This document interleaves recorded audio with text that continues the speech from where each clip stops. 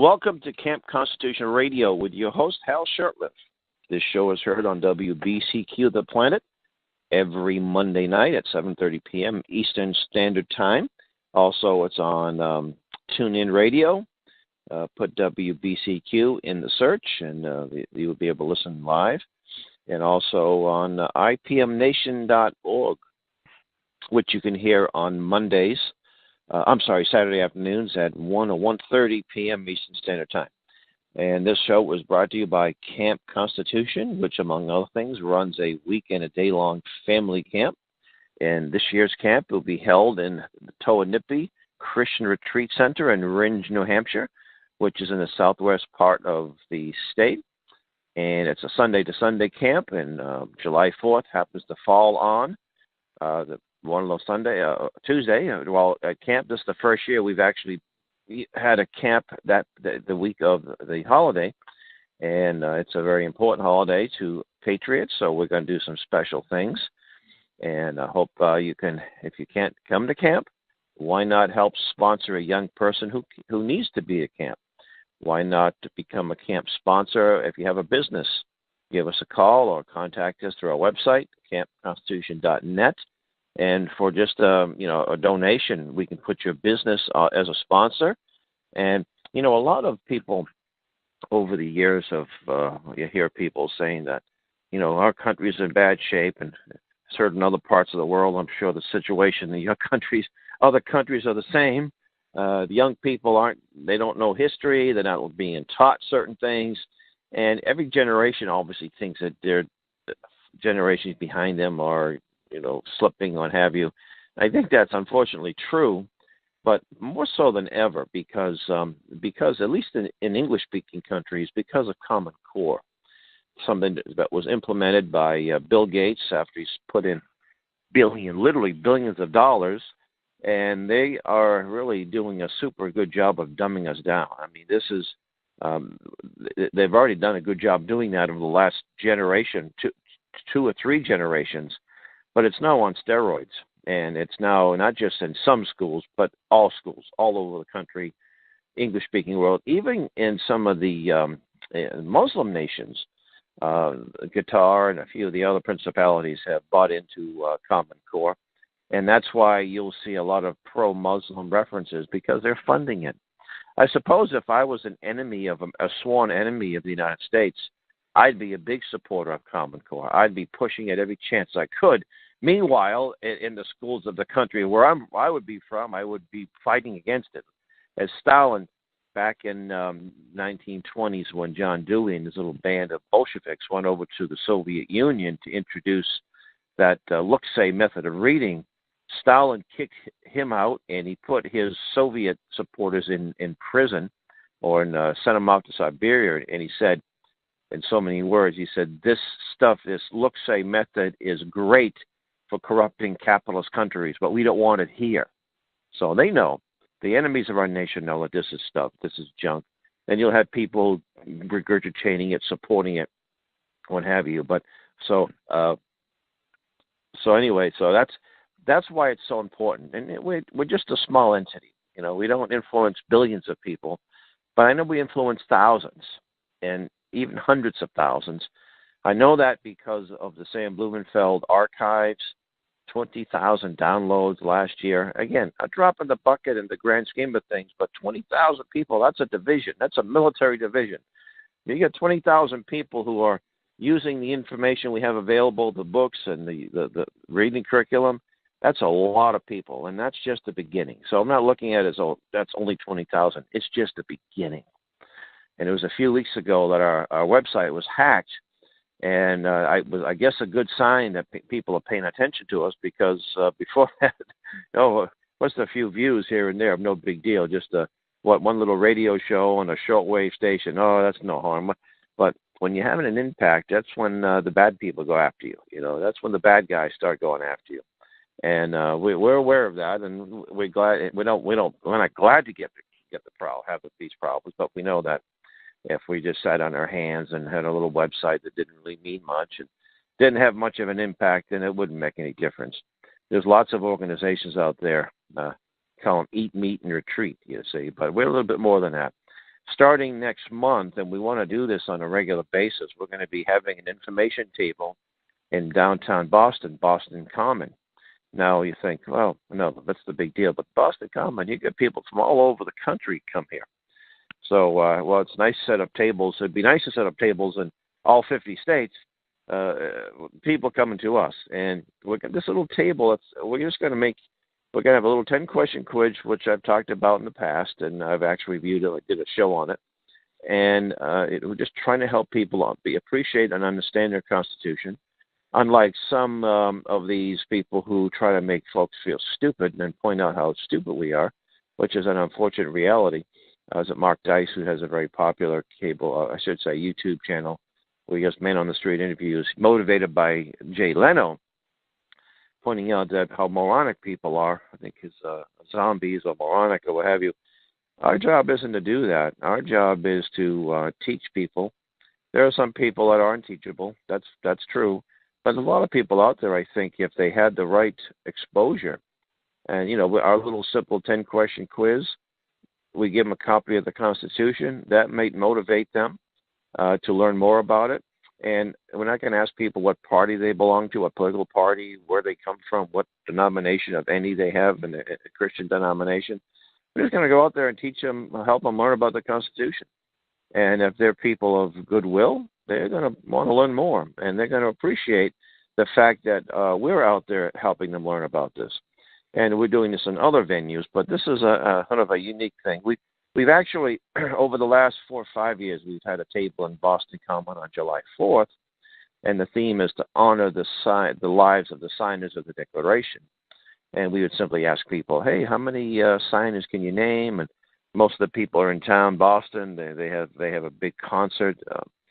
Esplanade in Boston. There's about 1 million people that come. They're all celebrating July 4th. Well, we don't celebrate a day. We celebrate what happened on that day.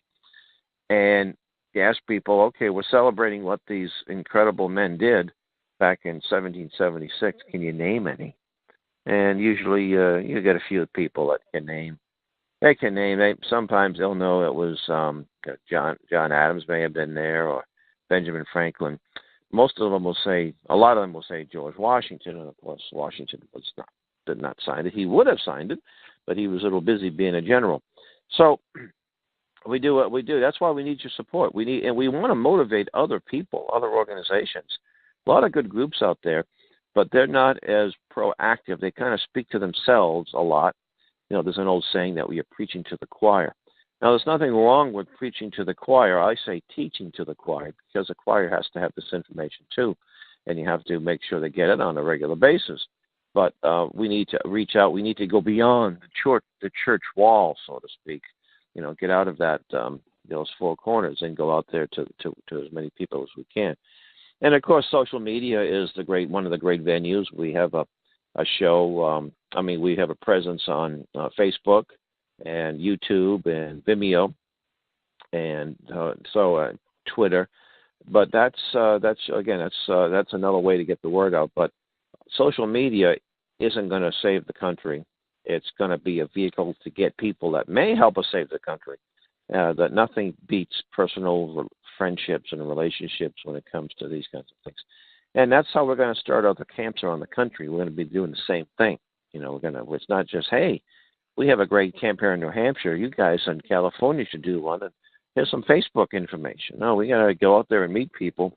Anyway, today is a very special day if you live in New England, especially Greater Boston. It's Patriots Day, and it's always the Monday when the week of April 19th falls, because April 19th was the Battle of Lexington and Concord. And for the past 15 years or so, yours truly has been attending as a spectator, the reenactment, which takes place in Lexington, and then there's a reenactment in Concord. There's actually a reenactment of the Paul Revere Ride. You could stay up for a couple of days. There's a parade in Arlington, Massachusetts, I think usually the weekend before. And then you have the Paul Revere's Ride, which took place April 18th late at night. And then the reenactment of the Lexington Minuteman, even though there weren't any minute companies in Lexington in those days, just the militia, but it takes place right on Lexington Green, and it starts at 6 o'clock. We usually get there by 4:30, and I take friends. I take my children. Well, today we took 4 of my children, or 3 of my children, and 2 of their friends whom they met at Camp Constitution last year. And these young ladies, the first time they've experienced this, and it's a great history lesson. We did some video, and you can see the video. We've been posting the videos for the last 3 years. This year we did it live.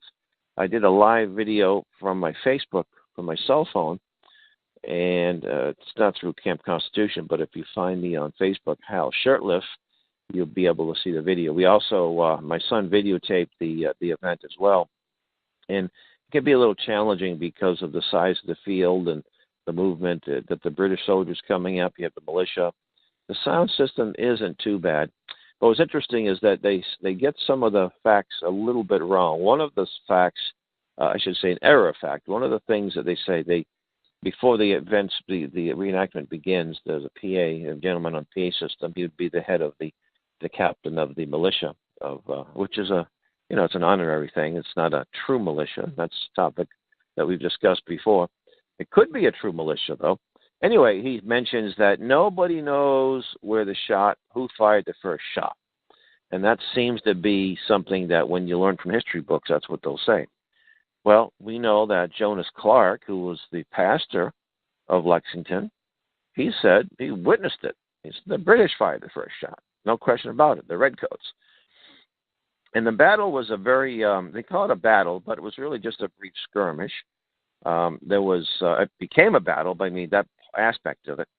So the British marched in. They walked almost, 15 miles from Boston, and early in the morning, and they get to Lexington. Paul Revere had got to Lexington, and by around midnight, and he had warned the Lexington militia members, or I should say the captain of the militia, who then warned others. And John Hancock and Sam Adams were there. And from what we understand, they were supposed to be arrested, and then they had to seize the powder and anything else that could be used to transport cannons or cannons themselves. And Paul Revere got as far as Lincoln, which is just a town away from Lexington, where he was stopped. William Dawes was stopped. Dawes was able to get away. I think he got away then, but Paul Revere was detained. They took his horse away. They eventually let him go. And Paul got back to Lexington. It was a British patrol. There wasn't a full contingent, but there was a British patrol led by a Major, what's his name? Major Smith, Colonel Smith. I'm sorry, Colonel Smith. And he was a little slow to react, and he had Major Pitcairn of the Royal Marines that led the first onto the green. And then they met Captain Parker, and you see his statue there at Lexington Green. And he told his men that we don't want a war, but if it's meant, let it start here. And the shots ran out, and there was 8 members of the Lexington Minutemen or militia that were killed, and a number of wounded. One of the men wounded was Prince Esterbrook, who was a slave at that time. He did eventually get his freedom, and they do have someone that plays his character. The gentleman, Charlie, I can't think of his last name, Charlie, but he is in his 80s now, and his character was probably in his early 20s, and Charlie's been doing this for many, many years. And at some point, he's not going to be able to do it for long because although he's still in great shape. After the reenactment, and again, it didn't take long. It only lasted a short time. They ran the militia off the field. But they did come back, and they actually fought the rest of the day. The British got as far as Concord on the North Bridge, where there was militia units from other parts of the state, other towns, surrounding towns, and the British started to pull up the bridge, and that's when the militia units fired and killed a few British, and the British they were shocked. They're firing back at us. Can't believe this, firing at us. And from there was a retreat all the way back to Boston, and in some cases quite bloody. There was, I think there was about 73 Redcoats killed and twice as many wounded, and there was about 43 members of the militia units. There was also a few atrocities committed. There was a house that is in Arlington, used to be called Metany. There was some militia members, and they had surrendered, but they were shot and just killed. That's not. And there was I think also in Concord, there was one of the militia members got carried away and killed a few British that he shouldn't. But anyway, nevertheless, it was a glorious day. It was a major victory for us, and it was sort of just the beginning of the War for Independence. April 19th, a glorious day. There's an excellent book on the subject, The Midnight Ride of Paul Revere, written by a local historian, and usually you think it must be tainted and leftist, but whether or not the guy is a leftist or not, I don't know, but it's a very good book, and it's a good account of what happened, not just the event itself, but the things that leading up to it. And one of the misconceptions is that Paul Revere made his famous ride, he said, the British are coming, and he actually didn't say that, and because even though people considered themselves to be colonists, they were separate from Britain. He said the regulars are coming out. The regulars mean the redcoats, the regular soldiers. That was the cry. The regulars are coming. But I guess it doesn't rhyme too well in a poem. And I think in The Midnight Ride of Paul Revere, that's where you first found that misconception. But that's the thing about history. There's some great historical facts, and then you get a lot of errors of facts. In some cases, something was proposed, and it was never really verified and just accepted. And this errors of fact become, in many minds, a historical fact.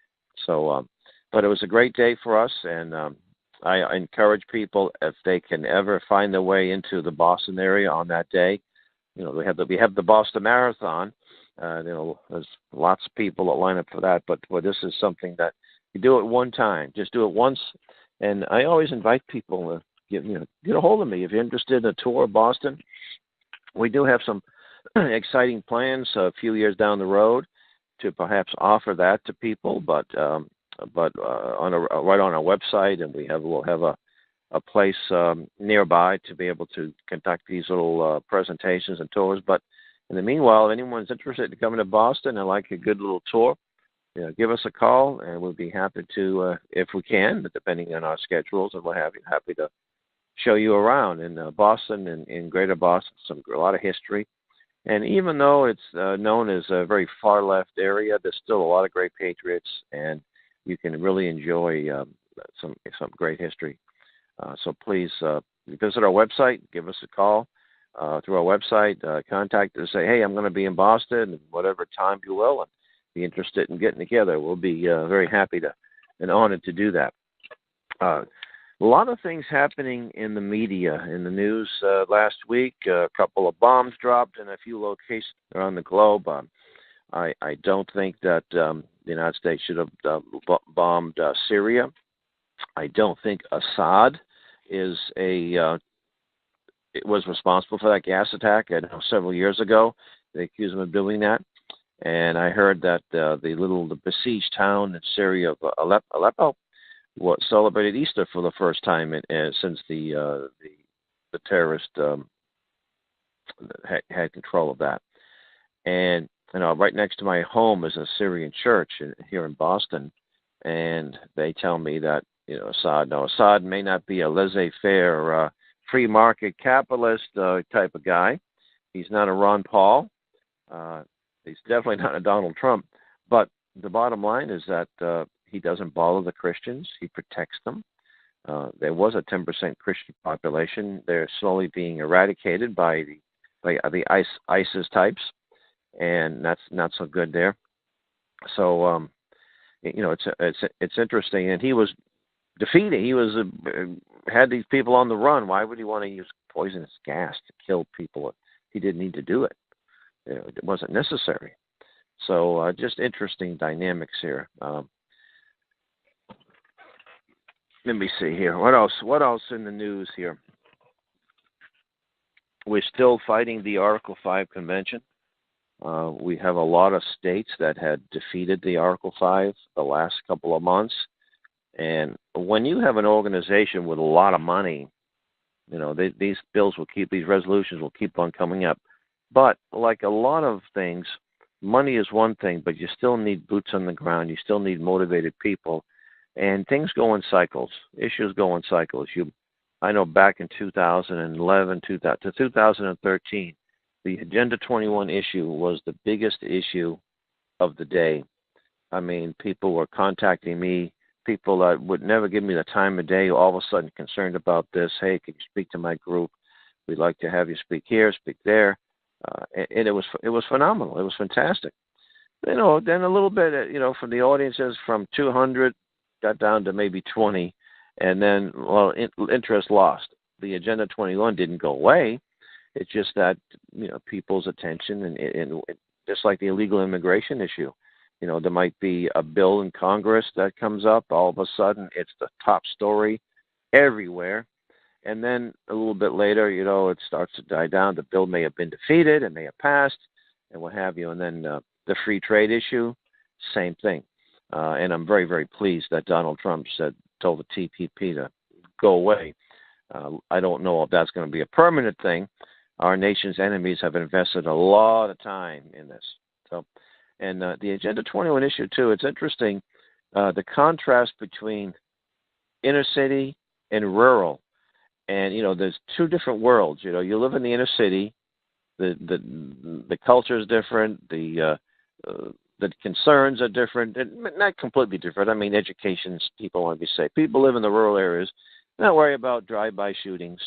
They're worried about certain things, but drive-by shootings and robberies and burglaries are not the top thing on their list. Education probably is, but in the same thing in the inner city.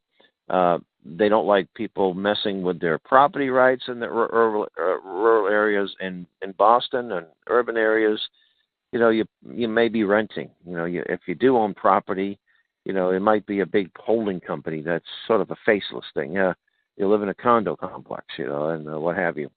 But it's interesting. Just in the last few weeks, in the town of Dedham, Massachusetts, which is it's sort of a suburban town. It goes back, 1600. It's an old town, but it's considered a suburb of Boston today.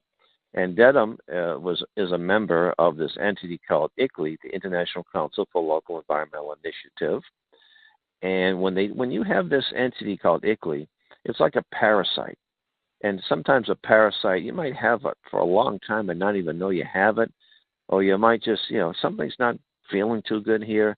But you might think, I don't think it's a parasite. It might be something. It's something else, just a stomach ache, or I'm losing weight. Don't know why I'm losing weight. Don't have an appetite. But hey, you got a parasite. Or, you got so in Dedham, they have this thing called a rail trail. Now, I'm not necessarily against rail trails, and I'm not suggesting it's a commie plot when people in town want to use the old rail bed for a trail, for a bike trail and all that.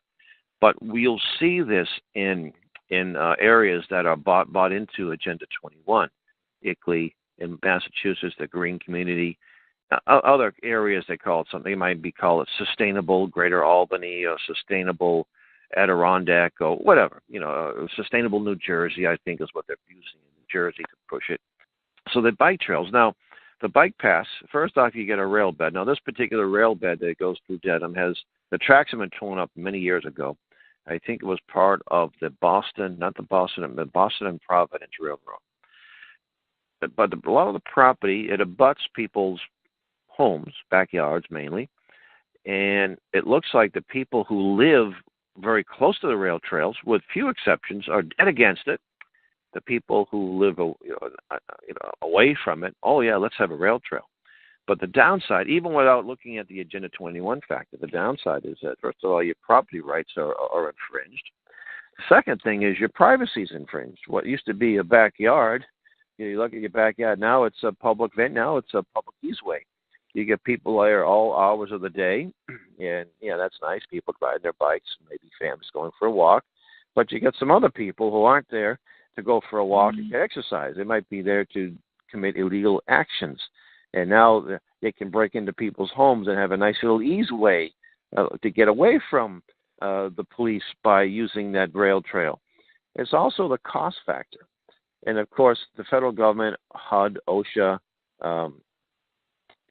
various entities. Some of these things have nothing to do. Agriculture, the Department of Agriculture, they might give the town a grant. I'm not sure, but you'll see that the town of Jaffrey, New Hampshire, they got a grant from the Department of Agriculture to build a theater. What the heck's that about? Are they teaching people how to to grow food? What's going on here? It's just outrageous, and it's unconstitutional. So the people in town are against it, rightfully so, but they're not looking at the bigger picture, because that's our job. I was there just a few days ago, did a short little video saying, hey, these are all the people here against it, but they're not paying attention to the bigger picture. They're going after the symptom. It's like if you have a fever and you take an aspirin for the headache, or you take something else for the muscle ache, or you take something to reduce the temperature and what have you. But if you don't address the virus, you're not going to solve the problem. If you have cancer and you have a tumor and you put a Band-Aid on the tumor, or you take the tumor off, it's so good. The tumor's gone, but that cancer is still creating other tumors. And that's what Agenda 21 is like. And you're not going to solve the problem, because you get people out there, they're fighting the smart meters. They're fighting the wind turbines. They're fighting the solar panels. They're fighting the easements when it comes to vernal pools and things like that. And they're fighting all the symptoms, but they refuse to address the disease. And as long as they do that, Agenda 21 people are going to win. In Boston, just a few shows ago, I had Pastor Bruce Wall on the show talking about a little parking lot, and it's the same thing. They put the stack 'em and pack 'ems. They're doing this in rural areas too, by the way, when they find sustainable development of these areas, smart growth areas. So you take a crossroads in town. It could be a little shopping mall, a couple of stores, and they'll say, okay, this is where we're going to do all the intensive building. We're going to issue permits. I can put 100 units on, a couple of square feet of property, and then they get money from HUD, Housing Urban Development, and then they have Section 8 housing, and they'll say, well, Section 8 housing, you got to offer people low rent here. Oh, no one in town qualifies. That's okay. We get people they'll qualify. We'll bring in people. So what happens is you change the political balance of that town. People who've never been there, people who have no connection to the town, are now living in these towns and voting in these towns, and they're going to vote along with and there's always, you're going to find liberals in all these towns, so-called progressives. In some cases, they have a majority. In some cases, they have a small minority.